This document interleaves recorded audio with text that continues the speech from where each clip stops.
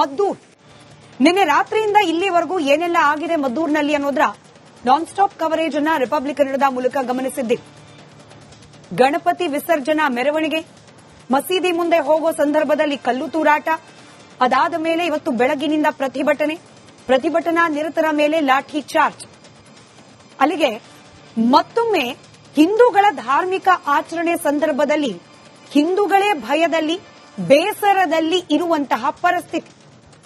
ಇದಕ್ಕೆ ಬೆಳಗಿನಿಂದ ಒಂದಷ್ಟು ಜನರ ಅಭಿಪ್ರಾಯವನ್ನು ಸಂಗ್ರಹಿಸುವ ಸಂದರ್ಭದಲ್ಲಿ ನೇರವಾಗಿ ಕಾಂಗ್ರೆಸ್ ಸರ್ಕಾರದ ಓಲೈಕೆ ರಾಜಕಾರಣವೇ ಇದಕ್ಕೆಲ್ಲ ಕಾರಣ ಅನ್ನೋ ಆರೋಪ ಬೇರೆ. ಇದಕ್ಕೆ ಪೂರಕವೇನೋ ಅನ್ನೋ ರೀತಿಯಲ್ಲಿ ಇವತ್ತು ಗೃಹ ಸಚಿವರಾದ ಡಾಕ್ಟರ್ ಜಿ ಪರಮೇಶ್ವರ್ ಅವರು ಕೊಟ್ಟಂತಹ ಹೇಳಿಕೆ. ನಡೆದದ್ದು ಕಲ್ಲು ತೂರಾಟ, ಗಣೇಶ ವಿಸರ್ಜನಾ ಮೆರವಣಿಗೆ ಮೇಲೆ. ಅದರಲ್ಲಿ ಹಿಂದೂ ಸಂಘಟನೆಗಳ ಕೈವಾಡ ಇರಬಹುದು ಅನ್ನೋ ಅನುಮಾನ ಇದೆ. ಅದ್ರ ಬಗ್ಗೆ ಕೂಡ ತನಿಖೆ ನಡೆಸುತ್ತಿದ್ದೇವೆ ಅಂತ ಹೇಳಿ ಪರಮೇಶ್ವರ್ ಸಾಹೇಬ್ರು ಕೊಟ್ಟ ಹೇಳಿಕೆ. ಇದು ಮದ್ದೂರು ಭಾಗದಲ್ಲಿ ನಮ್ಮ ಪ್ರತಿನಿಧಿಗಳು ಹೋಗಿ ಅಲ್ಲಿನ ಜನರ ಪ್ರತಿಕ್ರಿಯೆ ಸಂಗ್ರಹಿಸುವ ಸಂದರ್ಭದಲ್ಲಿ ಮತ್ತಷ್ಟು ಆಕ್ರೋಶಕ್ಕೆ, ಅಸಮಾಧಾನಕ್ಕೆ ಕಾರಣವಾಯಿತು.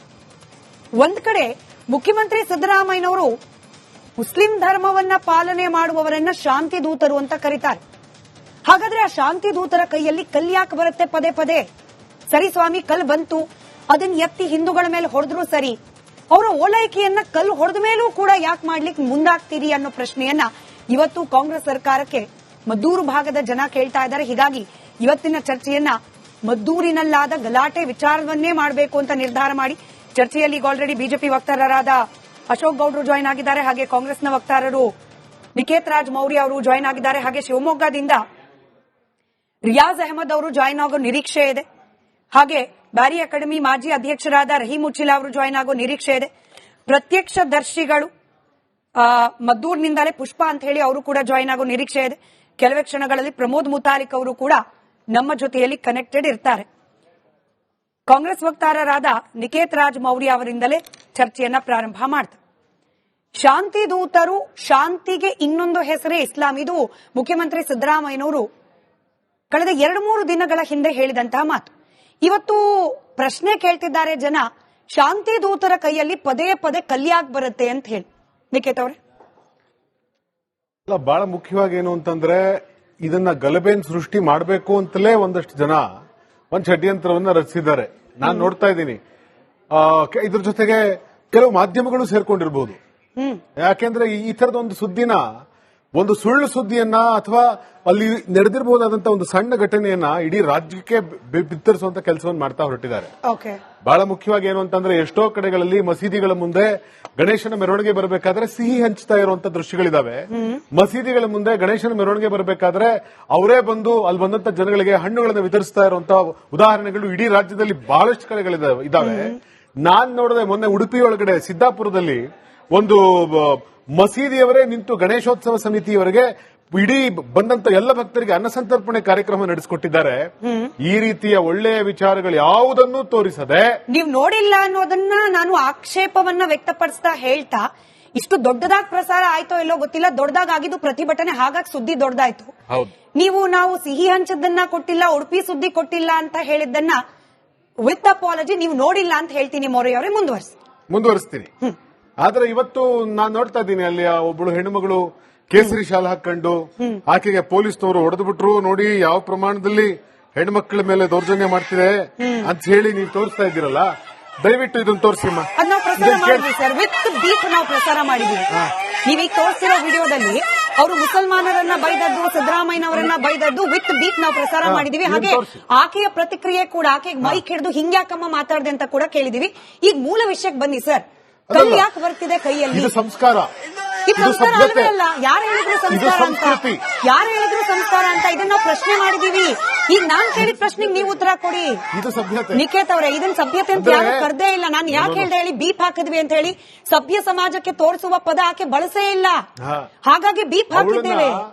ಅವಳನ್ನ ತೋರಿಸ್ಕೊಂಡು ಬೆಳಗ್ಗೆಯಿಂದ ಹಲವು ಮಾಧ್ಯಮಗಳು ಯಾವ ತರ ತೋರಿಸ್ತಿದಾವೆ ಅಂತಂದ್ರೆ, ಹೆಣ್ಣುಮಗಳೊಬ್ಬಳನ್ನ ನೋಡಿ ಬಿಜೆಪಿಗರು ಮಾಧ್ಯಮ ಅಲ್ಲ, ಹಂಗ ಹೇಳಿ ಬಿಜೆಪಿಗರು ಮಾಧ್ಯಮ ಅಲ್ಲ. ಹಾಗಾಯ್ತು ಸರ್, ವಿಷಯಕ್ಕೆ ಬನ್ನಿ ಸರ್.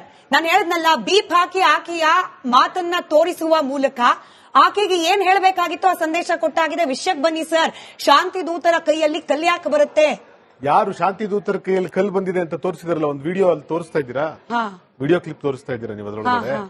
ನಾನು ಒಂದು ಕೇಳೋದೇನು ಅಂತಂದ್ರೆ, ಅಲ್ಲಿ ಯಾರೇ ಮಾಡಿರ್ಲಿ, ಹಂಗಲ್ಲ ನಾನು ಕೇಳ್ತಾ ಇರೋದು ನೋಡಿ, ಅಲ್ಲಿ ಯಾರೇ ತಪ್ಪು ಮಾಡಿರ್ಲಿ, ಈಗ 21-22 ಜನರನ್ನ ಅರೆಸ್ಟ್ ಮಾಡಿದ್ದಾರೆ ಪೊಲೀಸ್. ಯಾರನ್ನ ಅರೆಸ್ಟ್ ಮಾಡಿದ್ದಾರೆ? ಅಲ್ಲಲ್ಲ, ಯಾರ ಮೇಲೆ ಅವ್ರಿಗೆ ಅನುಮಾನ ಬಂದಿದೆ ಅವರೆಲ್ಲರನ್ನೂ ಅರೆಸ್ಟ್ ಮಾಡಿದ್ದಾರೆ. ತನಿಖೆ ನಡೀತಾ ಇದೆ. ತನಿಖೆ ನಡೆದು ಈ ಮುಖ್ಯಮಂತ್ರಿಗಳು ಬಹಳ ಸ್ಪಷ್ಟವಾಗಿ ಹೇಳಿದ್ದಾರೆ, ಹೋಮ್ ಮಿನಿಸ್ಟರ್ ಕೂಡ ಬಹಳ ಸ್ಪಷ್ಟವಾಗಿ ಹೇಳಿದ್ದಾರೆ. ಇವತ್ತು ಈ ತರ ಕೋಮುಗಲಭೆ ಸೃಷ್ಟಿ ಆಗೋದ್ರ ಹಿಂದೆ ಯಾರೇ ಇದ್ರೂ ಕೂಡ, ಅವರು ಹಿಂದೂ ಸಂಘಟನೆಯವರಾಗಿರ್ಲಿ ಅಥವಾ ಮುಸಲ್ಮಾನರ ಸಂಘಟನೆಯವರಾಗಿರ್ಲಿ, ಮೊಹಮ್ಮದ್ ಇರ್ಫಾನ್, ಮೊಹಮ್ಮದ್ ಇಮ್ರಾನ್ ಪಾಷಾ, ನವಾಜ್ ಖಾನ್, ಉಮರ್ ಫಾರೂಕ್, ಸೈಯದ್ ದಸ್ತಗೀರ್, ಖಾಸಿಫ್ ಅಹಮದ್, ಅಹಮದ್ ಸಲ್ಮಾನ್, ಶಾಂತಿ ದೂತರ ಸಮಾಜಕ್ಕೆ ಸೇರಿದವರ ಕೈಯಲ್ಲಿ ಕಲ್ಲಿತ್ತು ಅನ್ನೋ ಕಾರಣಕ್ಕೆ ಪೊಲೀಸರು ಬಂಧಿಸಿರೋದು ಸರ್. ಇದು ಆಯ್ತು, ಬಂಧಿಸಿರೋದು. ನಾನು ಅದಕ್ಕೆ ಕೇಳಿದ್ದು, ಶಾಂತಿ ದೂತರ ಕೈಯಲ್ಲಿ ಕಲ್ಲು ಯಾಕೆ? ಅಲ್ಲ, ನೀವು ಅದನ್ನ ನನಗೆ ಯಾಕೆ ಕೇಳ್ತಾ ಇದ್ದೀರಿ? ಹೇಳಿದ್ದು ಮುಖ್ಯಮಂತ್ರಿಗಳು, ನಿಮ್ಮ ಪಕ್ಷದವರು ಸರ್.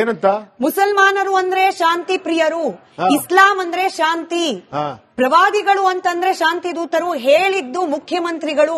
ಹಾಗಾಗಿ ಕೇಳ್ತಾ ಇದ್ದೀನಿ, ಮುಖ್ಯಮಂತ್ರಿಗಳು ಕಂಡಂತಹ ಶಾಂತಿ ದೂತರ ಕೈಯಲ್ಲಿ ಕಲ್ಲು ಯಾಕೆ ಬರ್ತಿದೆ? ಹಾಸ್ಯಾಸ್ಪದ ಅನ್ಸುತ್ತೆ ನಿಮಗೆ ಅನ್ನಿಸ್ಬೋದು ಸರ್, ಬಟ್ ಹಿಂದೂಗಳಿಗೆ ಊಟ ಹೋಗ್ತಾ ಇದೆ. ಅಲ್ರಿ, ಡಾಕ್ಟರ್ ಎಪಿಜೆ ಅಬ್ದುಲ್ ಕಲಾಂ ಇರ್ಲಿಲ್ವಾ ಈ ದೇಶದಲ್ಲಿ? ಮೌಲಾನಾ ಅಬುಲ್ ಕಲಾಂ ಆಜಾದ್ ಇರ್ಲಿಲ್ವಾ ಈ ದೇಶದೊಳಗಡೆ? ಈ ದೇಶದೊಳಗಡೆ ಒಬ್ಬ ಬಂದಿರೋರ ಬಗ್ಗೆ ಮಾತಾಡ್ತಿರೋದು ನಾನು, ಹೇಳ್ತಾ ಇರೋದು. ಹಿಡಿದವ್ರ ಬಗ್ಗೆ ನಾನು ಮಾತಾಡ್ತಿರೋದು. ಕಿಡಿಗೇಡಿಗಳು, ಕಿಡಿಗೇಡಿ ಒಬ್ಬ ಕಲ್ಲೆಸ್ತಿದ್ದಾನೆ. ಕಿಡಿಗೇಡಿಗಳು ಅವ್ರು ಹಾಗಾದ್ರೆ ನೀವೇ ಒಪ್ಕೊಳ್ತಿದ್ದೀರಿ? ಕಲ್ಲೆಸ್ತಿರೋ ಕಿಡಿಗೇಡಿ, ಕರೆಕ್ಟ್. ಕಲ್ಲೆಸ್ತಿರೋ ಯಾರೋ ಕಿಡಿಗೇಡಿ. ಕರ್ನಾಟಕ ರಾಜ್ಯದಲ್ಲಿ ಇವತ್ತು ಕೋಟ್ಯಾಂತರ ಜನ ಲಕ್ಷಾಂತರ ಜನ ಮುಸಲ್ಮಾನರಿದ್ದಾರೆ. ಭಾರತ ದೇಶದ ತುಂಬಾನು ಎಲ್ಲಾ ಜಾತಿ ಸಮುದಾಯದವರು ಇದ್ದಾರೆ, ಪ್ರೀತಿಯಿಂದ ಒಟ್ಟಿಗೆ ಬದುಕ್ತಾ ಇದ್ದಾರೆ. ಯಾಕೋ ನೀವು ಒಂದು ಸಮುದಾಯವನ್ನ, ಇಡೀ ಸಮುದಾಯ ಕಿಡಿಗೇಡಿಗಳು ಅಂತ ನನ್ನ ಬಾಯಲ್ಲಿ ಕಿಡಿಗೇಡಿ ಅನ್ನೋ ಪದನೇ ಬಂದಿಲ್ಲ. ಸಾರಿ ನಿಖೇತ್ ಅವರೇ, ಜನ ಬೂದಿದ್ದಾರೆ, ಇದನ್ನು ಕಟ್ ಮಾಡಿ ವೈರಲ್ ಮಾಡ್ತಾರೆ. ಕಿಡಿಗೇಡಿ ಅನ್ನೋ ಪದ ನನ್ನ ಬಾಯಲ್ಲಿ ಬಂದಿಲ್ಲ. ಕಿಡಿಗೇಡಿ ಅನ್ನೋ ಪದ ನನ್ನ ಬಾಯಲ್ಲಿ ಬಂದೇ ಇಲ್ಲ. ನನ್ನ ಬಾಯಲ್ಲಿ ಕಿಡಿಗೇಡಿ ಅನ್ನೋ ಪದ ಬಂದೇ ಇಲ್ಲ. ಬಂದಿದ್ ನಿಮ್ ಬಾಯಲ್ಲಿ ತಿರ್ಸ್ತಿರೋದು ನೀವು. ನನ್ನ ಜೊತೆ ಬಂದಿದ್ದಾರೆ. ಎಕ್ಸಾಕ್ಟ್ಲಿ, ನಾನು ಅದನ್ನೇ ಬೇಕು ಅಂತ ಹೇಳಿದ್ದು. ನಾನು ಅದನ್ನೇ ಬೇಕು ಅಂತ ಹೇಳಿದ್ದು.